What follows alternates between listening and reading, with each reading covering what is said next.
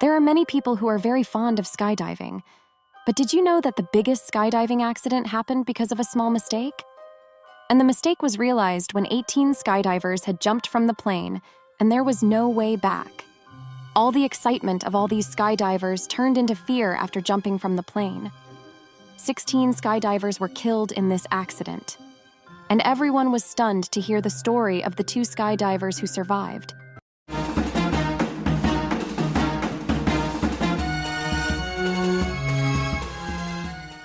Today, the world remembers this accident as the Lake Erie disaster. Lake Erie, located in the U.S. state of Ohio, is the 4th largest lake in North America and the 11th largest in the world. There is a small airfield called Ortner Airport about 13 kilometers south of Lake Erie. On August 27, 1967, 30 skydivers arrived at the airport because they were offered a free flight. A B-25 bomber plane used in World War II, which was modified by a private company, offered free flights to these skydivers. When the skydivers began to sit on the plane one by one, the space in the plane started to run out, and the pilot selected only 20 divers at the last moment due to fear of overweight. This selection was done on the experience of divers. The remaining 10 divers felt sad because of their non-selection, but what did they know that this decision of the pilot was going to save their lives? The plan was that the B-25 bomber would take off from Ortner Airport and fly to an altitude of 20,000 feet and drop 18 divers over the same airport. After that, the plane would go to an altitude of 30,000 feet, and then the last 2 divers would jump. All these divers had to return to land with the help of parachutes at Ortner Airport. Due to bad weather, the flight could not take off in the morning, but the B-25 bomber took off at 3 o'clock in the afternoon. All the divers sitting in the plane were very excited because firstly, they were getting a free flight, and secondly, it was their first experience of jumping from a bomber plane. After the B-25 bomber plane took off, a small Cessna 180 plane also took off from the same airport. The Cessna 180 plane was supposed to capture skydivers' jumps on camera at an altitude of 12,000 feet. Meanwhile, the B-25 plane carrying divers was spinning upwards. Due to bad weather, the pilots of both planes were connected to a nearby air traffic control tower that was telling them their location. Finally, after an hour, the B-25 bomber had reached an altitude of 20,000 feet. The pilot contacted the control tower and found out his location. In this era, there was no GPS technology, so if the weather was bad, the pilots had to get help from the control tower. The control tower told the B-25 pilot that the plane was 9 kilometers from Ortner Airport. And according to this information, the location of B-25 was like this on the map, meaning now they were about to reach the drop zone. Exactly 1 minute later, the pilot of the Cessna 180 also contacted the air traffic controller and determined his location based on the location of the B-25. Because the Cessna pilot could not see the B-25 due to bad weather, the air traffic controller told the Cessna pilot that he was 9 kilometers behind the B-25. That is, if you look at the map, if the location of B-25 was 9 kilometers away from Ortner Airport, then Cessna's location was 9 kilometers behind B-25 and 18 kilometers away from Ortner Airport. A few minutes later, at an altitude of 20,000 feet, the pilot of the B-25 found his location again, and this time the controller told him that he was now over Ortner Airport. The pilot then signaled 18 skydivers to jump.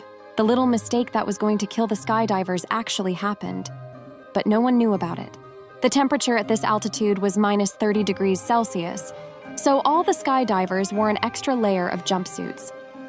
All the skydivers jumped from the B-25 together so that they could form their formation together during the free fall. At that time, they could see a layer of clouds below them and had to open their parachutes after crossing the clouds. They all began to enjoy their free fall, but when they crossed the thick layer of clouds, their excitement suddenly turned to fear because below them was not the ground, but the deep water of Lake Erie. At that time, their altitude was about 3,000 feet, and everyone immediately opened their parachutes in the hope that they might somehow land in the water close to the ground on the border of the lake. But unfortunately, it could not happen. The place where they landed in the water was at least 10 kilometers away from the land, and because of the weight of the layers of warm clothes they were wearing, it was not possible for them to float on water at all. Two of the divers who had removed their boots and extra weight before landing were the only divers who managed to stay in the water for some time and were later rescued. The remaining 16 divers sadly did not survive, and their bodies were not seen for the next several days. The last body was recovered a week later. The accident made headlines around the world, and an investigation team was formed to find out the exact cause of the accident. It was to find out where the B-25 had dropped them and whose fault it was. Air traffic controllers said the B-25 dropped the skydivers when they were on the ground above Ortner Airport, about 10 kilometers from Lake Erie. Air traffic controllers said the skydivers drifted to Lake Erie due to strong winds. It was actually possible that the skydivers actually drifted over Lake Erie. But if we believe the air traffic controller for a second, it means that the winds drifted the skydivers a total of 20 kilometers.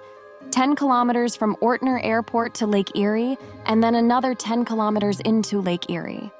When the experts made calculations based on the wind speed and diving height of that day, they found that the divers could have drifted up to a maximum of 5 kilometers, which means there must have been something wrong with the air traffic controller's statement.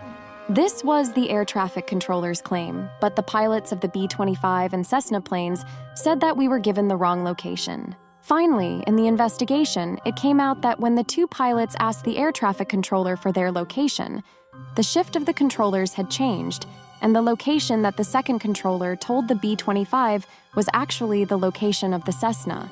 That is, when the B-25 pilot was told that he was over Ortner Airport, the Cessna 180 was actually over the airport and the B-25 was over Lake Erie. In memory of the 16 divers, for the next 2 years, other skydivers deliberately landed themselves in Lake Erie, wearing floating equipment.